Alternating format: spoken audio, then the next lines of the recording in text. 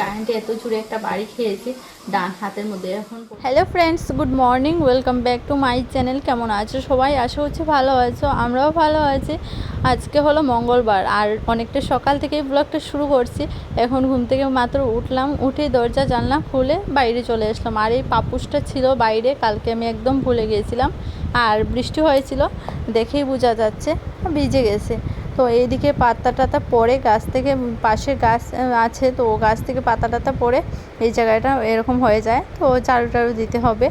আর এখন আমি এই বাসনগুলো বাইরে নিয়ে আসবো। বাসনগুলো বাইরে রাত্রে ধুয়ে রাখিনি, কারণ কিছুদিন থেকেই শরীরটা একদম ভালো লাগছে না, তো সকালে উঠেই বাসনগুলো ধুই। আর রাত্রে যেহেতু অনেকটা দেরি করে খাওয়া হয়, রাত্রে আর বাসনগুলো ধোয়া হয় না। আর যদি গড়ে জল থাকতো, মানে ধোয়ার সিস্টেম থাকতো, তাহলে হয়তো ধুয়ে নিতাম। কারণ আগে যে বাড়িতে ছিলাম আমরা, ওইখানে কিন্তু আমি বাসন ধুয়ে রাখতাম রাত্রে। তো যাই হোক, আমি বাসনগুলো এখন ধুয়ে নিই। কালকে অনেকগুলো বাসন, 4 বাসন থেকে ধরে রান্নার, মানে সন্ধ্যার 4 বাসন থেকে ধরে রাত্রে রান্নার বাসনও জমে গেছে। কারণ এই যে শরীরটা একদম ভালো লাগছিল না, তো তার জন্য। আর এখন আমি ফিল্টারের মধ্যে জল রেখে দেবো। আর ডেলি সকালে যে ডিউটিটা থাকে, ফিল্টারে জল রাখা আর তারপর ঘর মোছা, তো তারপর ঘর মুছবো। বাসনগুলো এখানে টেবিলের মধ্যেই রেখে দিয়েছি। আর এইদিকে জানালাটা খুলে দিলে বেশ সুন্দর হাওয়া আসে, ঘরটাও বেশ ফর্সা হয়ে যায় একদম। আর ঘরে জল তুলে আনলাম, 1 বালতি জল লাগবেই আমার রান্নার জন্য, পরে আবার তুলতে হবে। তো যাই হোক, এখন আমি এই জায়গাটা একটু ধুয়ে নিচ্ছি। ঝাড়ু টাড়ু তো এখন দেবো না, পরে দেবো। তো তার জন্য একটু জল টল দিয়ে ধুয়ে নিই, হাঁটতে ভালো লাগবে। এখন ব্রাশ নিয়েছি, ব্রাশ করতে করতে এইদিকে দেখছি একটা আমাদের কুমড়ো গাছটা এরকমভাবে পড়ে আছে। তো হাঁটতে হাঁটতে মাথার মধ্যে লাগে, তো গাছটাকে একটু তোলার চেষ্টা করছি। ফাইনালি একটু তুলতেই পারলাম এটা, তো তুলে উপরে রাখলাম। আর এখন আমি স্নান করব, যেহেতু প্রচণ্ড গরম, তার মধ্যে সকালে কিছু কাজ টাজ করলে, বৃষ্টি হয়েছিল যেহেতু, তবুও গরমটা কমেনি। আর বাসন কুসন ধোয়া, ঘর মোছা এসব করার পর না শরীরে একটা যেমন গরম চলে আসে, তো স্নান করতেই হয়। আর এখন আমি ঘরটা ঝাড়ু দিয়ে নিই, তারপর স্নান করব। মানে একটু গাটা ধুয়ে নেব, কাপড় চোপড় চেঞ্জ করে তারপর রান্না করে যাব। বারান্দাটা ঝাড়ু দিয়ে দিই। এইদিকে আমাদের গাছ, অপরাজিতা গাছটা হয়েছে না, আর এই দিক থেকে পাতাগুলো সব বারান্দার মধ্যে জমতে থাকে, এই কোনাটার মধ্যে পাতা পরে জমতে থাকে। তো সবগুলো এখন ফেলে দেবো বাইরে নিয়ে।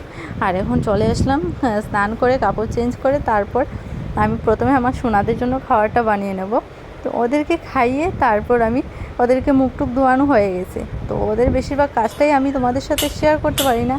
আর কেননা ওরা এত দুষ্টুমি করে না, মনেই থাকে না যে আমি শেয়ার করবো তোমাদের সাথে। তো তার জন্য তো মুখ টুক ধুইয়ে আনলাম, ওদের দুধটা গরম করে নিয়েছি। আর তারপর জল টল গরম করে ওদেরকে একটু বানিয়ে দেবো দুধ আর বিস্কিট দিয়ে। আর এখন না বাটির মধ্যে যদি দুধ গুলে নিই, আগের মতো খায় না, এখন এরকম ওদের হাতে দিতে হয়। আর ওদের হাতে দিলে তো একটু ফেলবে একটু খাবে, এরকম করে, মানে পুরোটা খেতে পারে না, প্লেটের মধ্যে ফেলে দেয়, যা অবস্থা করে। কিন্তু এখন সকালে আমি খাইয়ে দিলে খায় না, তো তার জন্য 2 কাপের মধ্যে 2 বাটির জন্য নিয়ে নিলাম। এখন আমি ওদেরকে দিয়ে আসবো, আর দেখতে পারবে তোমরা কি অবস্থা করে ওরা।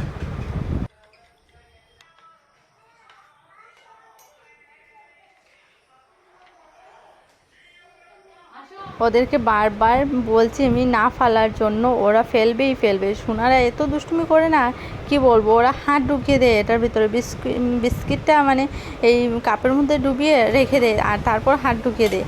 আর চলে আসলাম এখন আমি রান্না করে। আমার বোর স্নান করে নিয়েছে, ও সকাল সকাল স্নান করে নেয়, তারপর ঠাকুর জাগিয়ে তারপর ও কিছু খেয়ে দোকানে যায়। তো একটু পরোটার মতো বানিয়ে নিচ্ছে, আর দেখতে পাচ্ছ কীরকম শেপটা হয়েছে। তো যাই হোক, নিমকি টাইপের মানে করবো ভাবছিলাম, তো এরকম হয়ে গেছে। তো চাটা বানিয়ে ওকে দিয়ে দিলাম, ও খেয়ে দিয়ে চলে গেলো। আর আমি ভাতটা রান্না করে নিলাম। সোনারা যেহেতু সকাল সকাল খেয়েছে অল্প দুধ, তো এটা পেটে থাকে না, তো তার জন্য ভাত বানিয়ে নিয়েছি। আর আমি চাটা খেয়ে নিয়েছি, এই ফাঁকে ভাতটা রান্না করে করে চাটা খেয়ে নিয়েছি।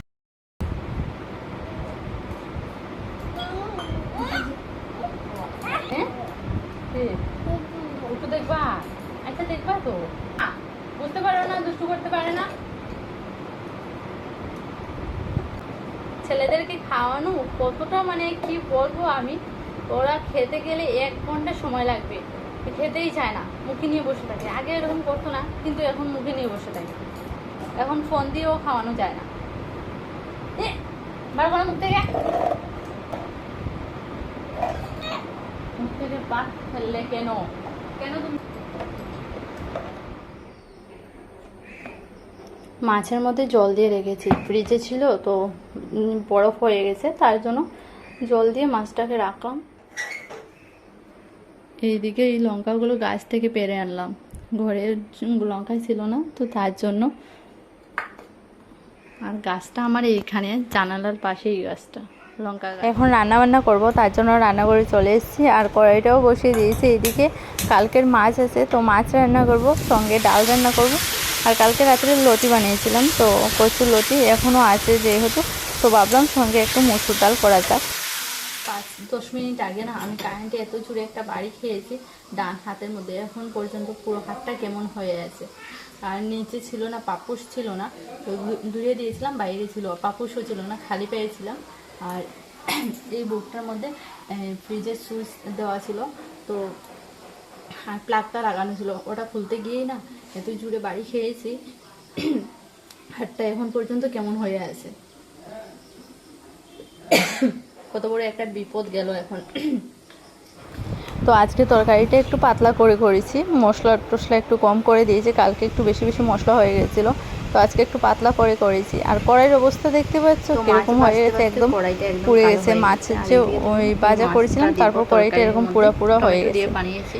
আর একদম আমার পুরা কড়াই ভালো লাগে না রান্না করতে, তো রান্নার পর সঙ্গে সঙ্গে আমি কড়াইটা কষিয়ে মেজে একদম পরিষ্কার করে নিই। যাই হোক, রান্না বান্না হয়ে গেছে। আজকে একটু পাতলা করে রান্না করেছি, কিন্তু ভীষণ ভালো হয়েছে।